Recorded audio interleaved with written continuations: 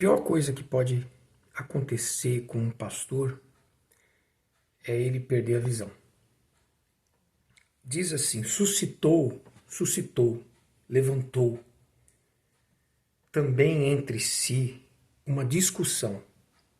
Eu estou lendo Lucas 22, 24. Suscitou também entre si uma discussão sobre qual deles parecia ser o maior.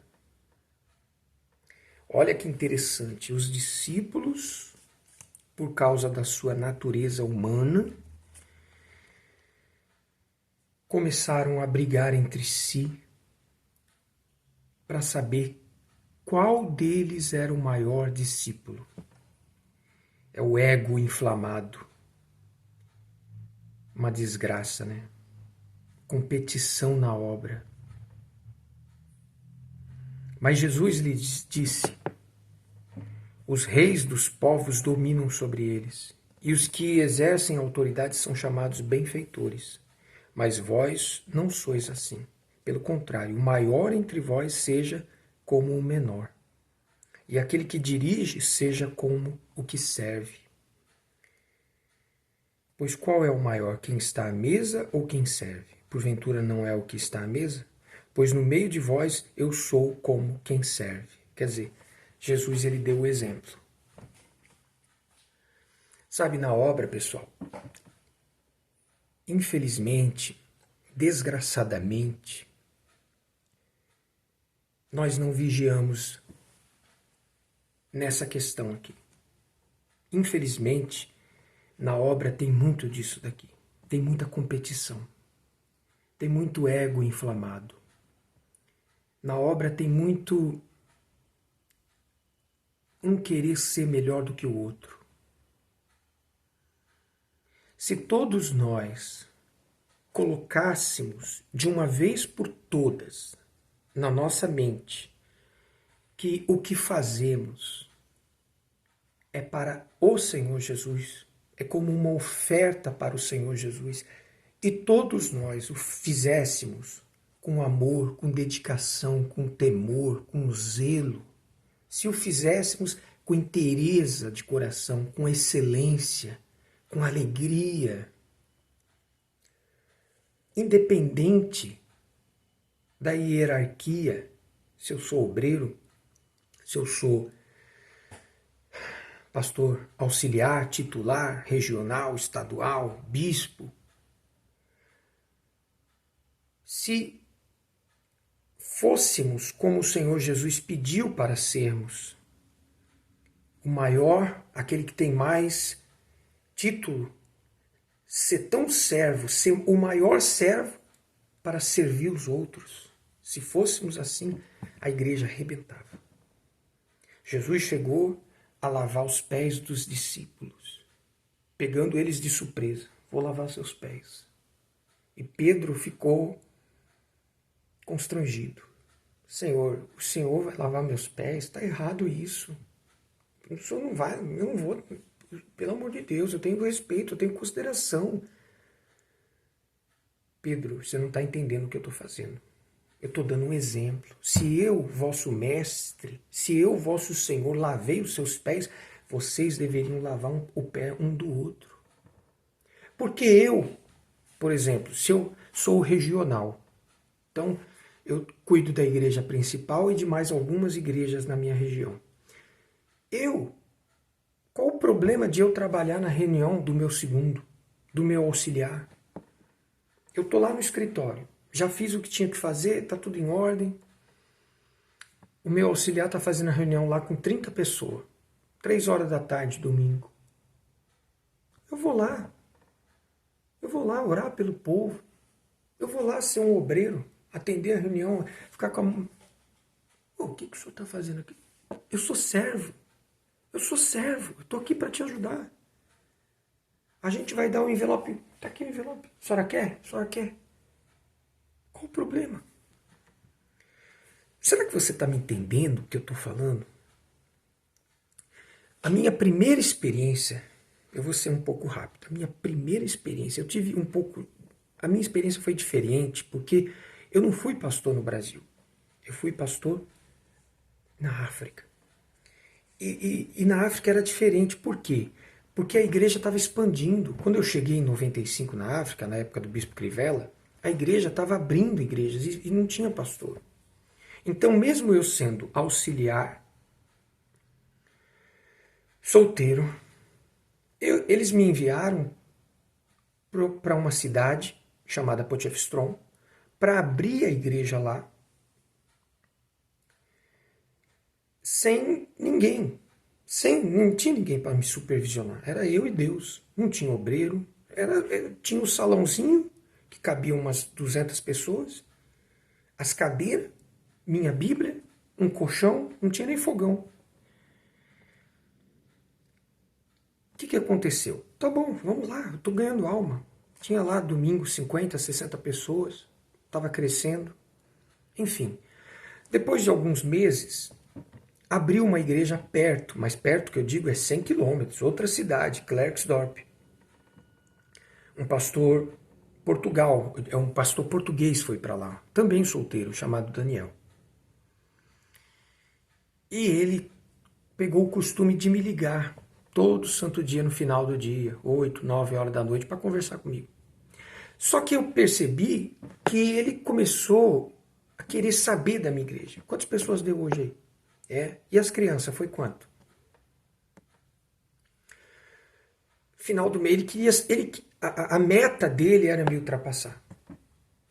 Eu tenho que ultrapassar Potchefstroom. Porque se eu fizer isso, talvez o meu regional vai ver que eu sou melhor. Não é uma ambição para salvar a alma, é assim, uma competição. Eu quero competir com você, eu tenho que ser melhor do que você. Porque se eu for melhor que você, eu vou ter um carro melhor que você. Eu vou ter uma, como é que se fala? Uma moral. Eu vou ser bambambam. Perdeu a visão de que eu quero servir Jesus. Só isso, cara. Estou um pouco me importando. Se o carro é pequeno, é grande, se é novo, se é velho. Estou um pouco me importando com posição. E isso é um erro, me perdoe, mas é verdade. Não sei se hoje foi corrigido. Creio que sim. Creio que melhorou muito. Mas isso foi plantado, isso foi ensinado pelos líderes. Eu lembro que o Cláudio Botelho, eu estava na segunda igreja daquele estado, ele era o estadual e eu estava na segunda igreja. E ele querendo colocar pilha em mim, falou: fulano, o outro pastor lá tá te dando sinal, hein? Tá te dando sinal, vai ultrapassar você. E eu não sei porquê, eu acabei falando assim: eu quero é mais que ele me ultrapasse. Deus abençoe a igreja dele. Eu não estou aqui para competir. Eu não entrei na obra para ficar uma competição. Não. Deus abençoe, cada um faz um trabalho, como Paulo falou, um planta, o outro colhe, um edifica. Deus faz crescer e cada um vai responder pelo seu trabalho. Eu sempre gostei de fazer um trabalho minucioso, não um trabalho que infla, não, edificar, edificar a igreja forte, para que quando vem as tempestades, a pessoa: estou aqui, eu não abro, de Jesus eu não solto. Entende? Isso leva tempo. Isso leva tempo para você fortalecer. Então, por que eu falei isso? Não levou uma semana para o Cláudio Botelho falar: tá bom. Ligou para o bispo, mandou um outro pastor para ficar no meu lugar, pegou eu, você vai trabalhar aí. Ó. Colocou num lugar que era o tamanho dessa sala aqui. Só. Ele conseguiu arranjar um lugar, o tamanho dessa sala, no meio da favelão, falar: abre a igreja aí, se vira. Ele pensou que isso ia me abater, ia me... Eu fiquei ali, meu amigo, maravilha, vamos ganhar alma. Estou evangelizando eu e minha esposa, vem cá, vamos falar de Jesus.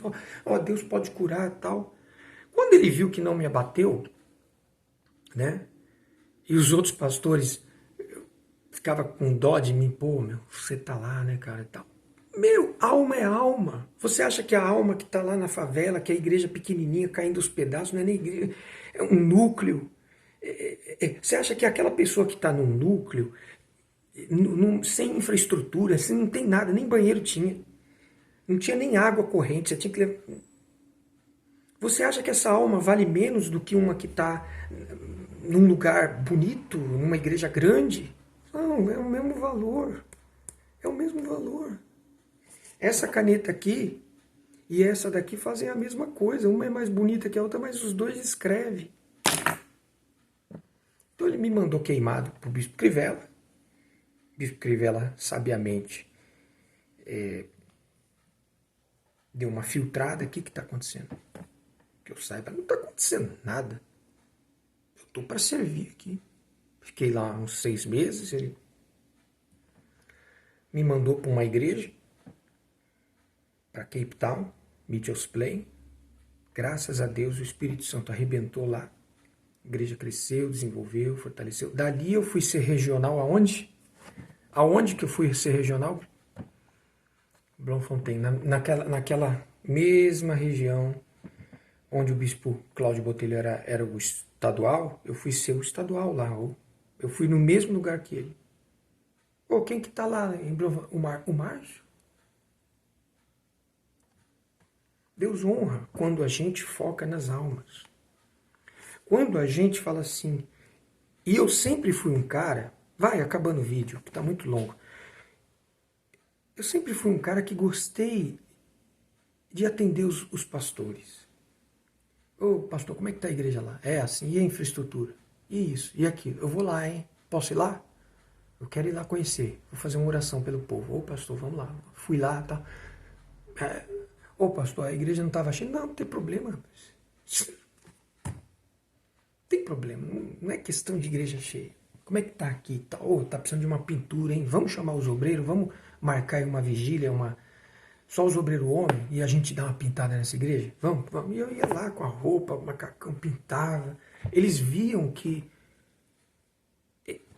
quanto mais eu cresço na obra, mais eu tenho que servir. E não ficar... Você, quem é você? É? E como é que tá lá? Tá na fé? Tá bom. Sai da minha frente agora. E você? Você é meu amigo, hein? Trouxe um presente? Você é meu amigo, hein? Presente, hein?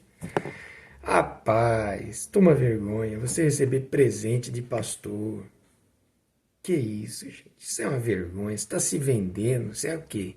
Hein? Esaú, vendendo o direito da sua primogenitura por um prato de sopa.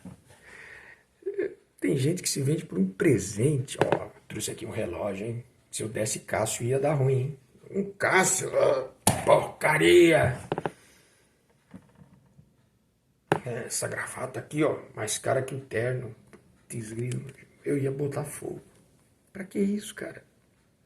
Jesus lavou os pés dos discípulos. Jesus lavou os pés dos discípulos e disse: se eu sou o vosso mestre, se eu sou o seu Senhor, eu fiz isso. Quem você pensa que é? Quem você pensa que é? Você tem que ser servo. Quanto mais você cresce, mais servo você deveria ser. E não o contrário. Compreende? Deus te abençoe. Tenha visão. Foque nas almas. Foque nas almas. Foque. Alma. Vou ganhar alma. Vou passar Jesus para essas pessoas. Elas tendo Jesus sendo salvas, missão cumprida. É isso. O resto. O cara ligava para mim. E aí? Acho que ele pensava que era o meu estadual. Como é que foi hoje? E eu tentando, tá tudo bem. Mas quantas pessoas deu? Até que eu cheguei, ô Daniel, eu não tô entendendo o seu comportamento, cara. Por que você liga todo dia, quer saber quantas pessoas veio, quanto deu as crianças? O que tá acontecendo, cara? Foca aí, faz o seu trabalho, cara. Trabalha aí, ganha alma para Jesus. Não tem que ter aqui, entre nós, quem é o maior. Ninguém. Jesus é o maior, nós somos todos servos, brother. Para com isso, cara. Não nutre isso aí no coração, não. Foi assim que Deus me abençoou.